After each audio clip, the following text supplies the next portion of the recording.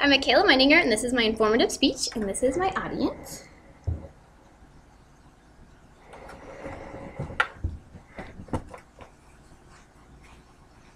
Have you ever felt like you couldn't breathe? You were sweaty, or you felt completely dizzy and nauseated?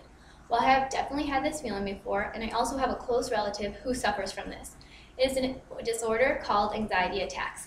Anxiety is defined by the American Encyclopedia, quote, a state of emotional and physical disturbances induced in a person by a real or imagined threat, unquote. Now that you know the topic, let's talk about the symptoms. The main symptoms of panic attacks. According to the internet source by Anxiety Center, quote, anxiety attack symptoms are simply sensory sensations of this biological change. Again, they aren't harmful, but they are letting you know that your body's stress hormone levels are elevated, unquote. Other symptoms would include body aches, dizziness, cold chills, blushing, red and hot face, difficulty speaking, nausea, and weak muscles. Even teenagers suffer from it.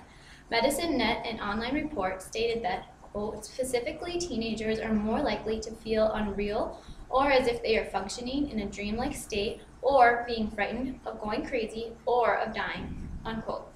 My story at the nursing home was that I was shadowing to have a job this summer last June, and when I got there, I got really nervous and hot and sweaty, and I felt like I was going to throw up, and all of a sudden it was black and I couldn't see anything, and before I told anyone, I fell and hit my head on a brick wall and got a concussion.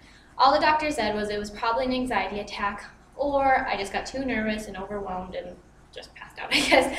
This may not seem important, but it could affect your whole life.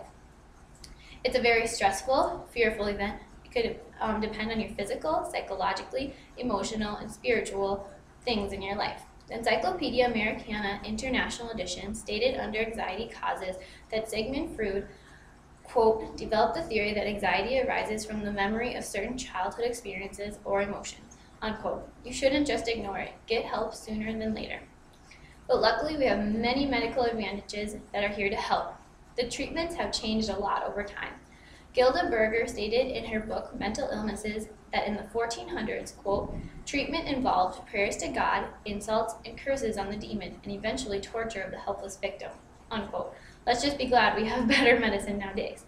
You can get a stress test. You can either do it by yourself on the internet, or you can go to a doctor who will insert medicine in you that makes your heart speed up as if you were exercising. It will show that your heart is healthy and that you just suffer from stress. Doctors will also test you by just talking to you. There is a way they can just tell by how you react. Barbara Moll said in her book titled Mental Illnesses, quote, they don't cry, smile, frown, or change their expression. Other people may have an angry effect, or an anxious effect, or a happy effect, unquote. There is medication and counseling that can also help you. Healthier people know how to handle their stress. This is a personal issue that occurs in my family. My aunt has them, and she now has medicine that helps her control them, and she's a lot better. It's a real disorder, or could it just be in your head? When my mom, who grew up in Generation X, she didn't even hear about these disorders. They didn't even exist. So I wonder if they're just something that happens in your head, or if it's actually a disorder.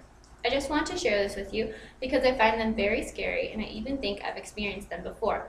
But sometimes I wonder if it's really a disease or something we imagine in our heads.